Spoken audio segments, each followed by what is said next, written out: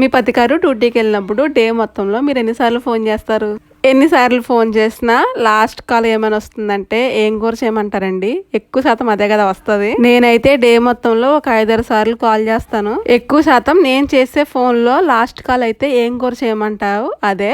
మా వారు చేసే కాల్ అయితే లాస్ట్లో చెప్తాను. ఎప్పుడూ ఫోన్ చేసే నేను ఈ కూర వండిన రోజు ఫోన్ చేయలేదు, ఎందుకంటే ఇంట్లో కూరగాయలు లేవు కాబట్టి. సింపుల్గా ఎగ్ పొరటేద్దాం అనుకున్నాను, కోడిగుడ్లు కూడా లేవు. సరేలే అని చెప్పేసి నాకు నేను రియలైజ్ అయ్యి కిచెన్లోకి వెళ్ళి శనగపిండి డబ్బా మూత తీసా. ఒక గిన్నెలో ఒక 2-3 స్పూన్లు శనగపిండి వేసా. కొంచెం వాము, కొంచెం ఉప్పు వేసి వాటర్ వేసి కొంచెం థిక్ బ్యాటర్ లాగా మిక్స్ చేసి. ఈ కర్రీ అంటే మా ఆయనకి చాలా ఇష్టం, ఎందుకంటే వాళ్ళ నానమ్మ చిన్నప్పుడు ఎక్కువగా ఇలా ఈ కర్రీ చేసేదంటే నాకు చాలాసార్లు చెప్పారు. తర్వాత ఉల్లిపాయ, టమాటా, పచ్చిమిర్చి కట్ చేసేసా. ఇలా అంటే అలా ఏం వచ్చేలేదులేండి, నేను కట్ చేసి మామూలుగా చిటికేసి దాన్ని ఎడిట్ చేశాను అంతే. అందరికీ కూడా తెలుసు. తర్వాత పొయ్యి మీద పెనం పెట్టేసా, కొంచెం నూనె వేసేసా. ఆ కలుపుకున్న శనగపిండి బ్యాటర్ని ఒక అట్టులాగా వేసేసా. 2 వైపులా గోల్డెన్ బ్రౌన్ కలర్ వచ్చేదా కాల్చేసా.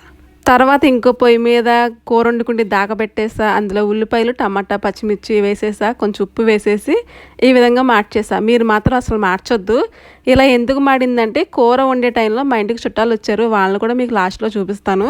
తర్వాత కొంచెం కారం, కొంచెం ధనియాల పొడి, కొంచెం జీలకర్ర పొడి వేసేసి కొన్ని వాటర్ వేసుకొని మనం వేసుకున్నట్టునే ముక్కలుగా చేసేసి ఆ కూరలో వేసేయడమే. పైన ఉడికేటప్పుడు కొంచెం చింతపండు అలా వేసుకోవాలి.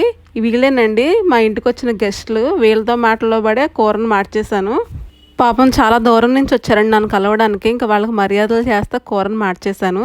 డే మొత్తంలో మా ఆయన చేసే ఫోన్లో లాస్ట్ కాల్ ఏంటో చెప్తానన్నాను కదా. డ్యూటీ నుంచి వచ్చేటప్పుడు ఏమైనా తింటావా, ఏమైనా తీసుకురానని అడుగుతారు.